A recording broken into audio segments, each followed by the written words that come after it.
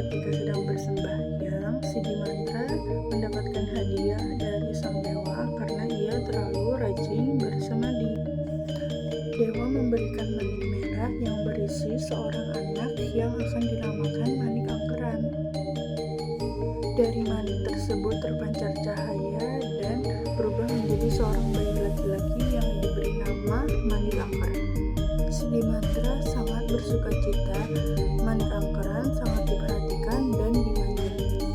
Manik Angkeran mulai tumbuh menjadi dewasa dan kini tumbuh menjadi pemuda yang gagah.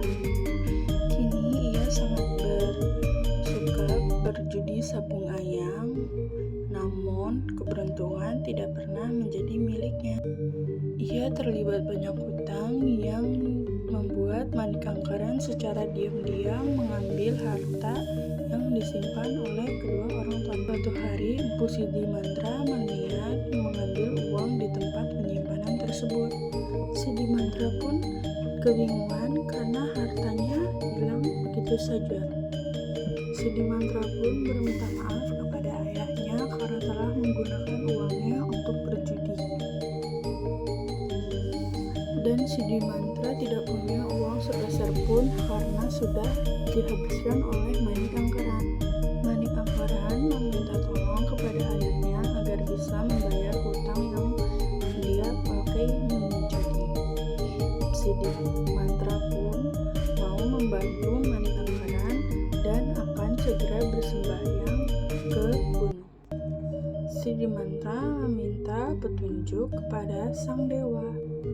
Dewa menyuruh si Dimantra pergi ke Gunung Agung untuk menemukan harta yang dijaga oleh naga bernama Naga Basuki, dan dewa mengasih Genta untuk memanggil Naga Basuki itu. Setelah perjalanan panjang, si Dimantra pun sampai ke Gunung Agung.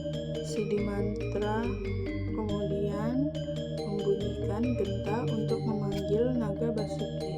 Dimantra pun menjawab, "Aku kesini untuk meminta sedikit hartamu untuk melunasi hutang anakku, wahai Naga Basuki."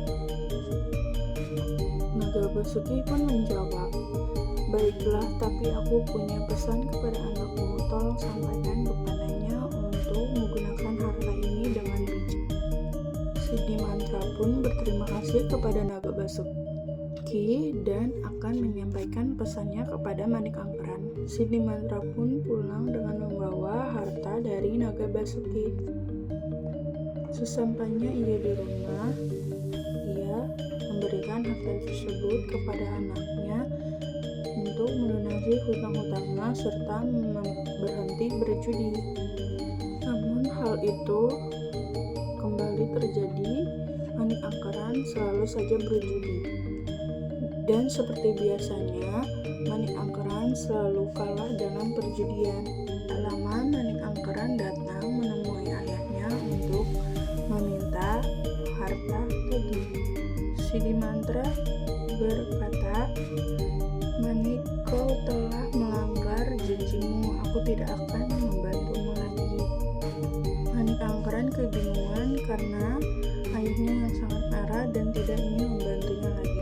Ketika duduk termenung di bawah pohon lamunannya, seketika buyar karena seorang menghampiri dan memberikan syarat agar ikut ayahnya pergi ke kawah Gunung Agung. Manik Angkeran pun bergegas menuju ke Gunung Agung.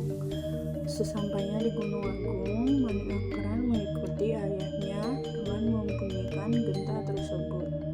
Mendengar bunyian itu, Naga Basuki pun keluar dari goa.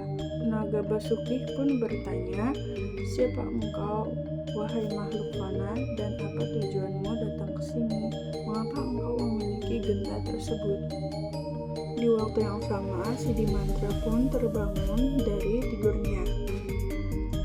Ia terkejut karena melihat kotak penyimpanan pusakanya telah terbuka dan Genta miliknya telah hilang.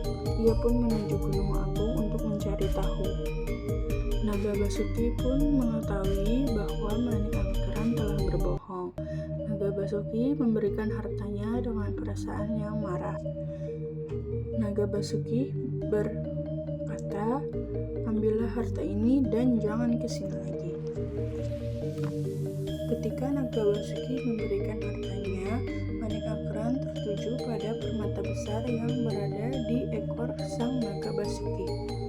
Muncullah sifat tamak Manik Angkeran. Dengan serakah ia pun menebas ekor Naga Basuki tersebut. Naga Basuki pun kesakitan dan ia bergegas mengejar Manik Angkeran yang telah kabur. Namun sang naga kesulitan mengejarnya karena ia telah kehilangan ekornya. Naga Basuki pun kemudian menyemburkan api di setiap jejak kaki yang telah dilintasi oleh Manik Angkeran. Api tersebut kemudian terkena Manik Angkeran dan membakar seluruh tubuhnya. Sepanjang perjalanan Gunung Agung, Sidimantra merasakan ada yang tidak beres. Benar saja, di tengah jalan ia melihat anaknya yang telah hangus terbakar. Di sampingnya terdapat genta dan potongan ekor Naga Basuki. Naga Basuki pun akan menghidupkan kembali anaknya, yaitu Manik Angkeran, tetapi dengan syarat, "Kau harus menyambungkan kembali ekorku." Sidimantra pun berkata, "Baiklah, akan kuturuti permintaanmu.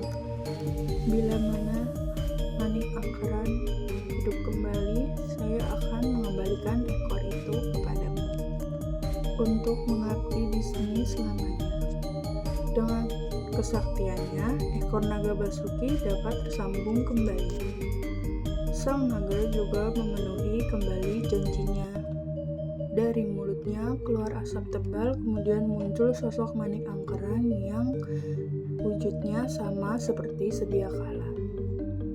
Manik Angkeran kemudian bersujud untuk meminta maaf kepada ayahnya dan berjanji tidak akan melakukan hal buruk lagi.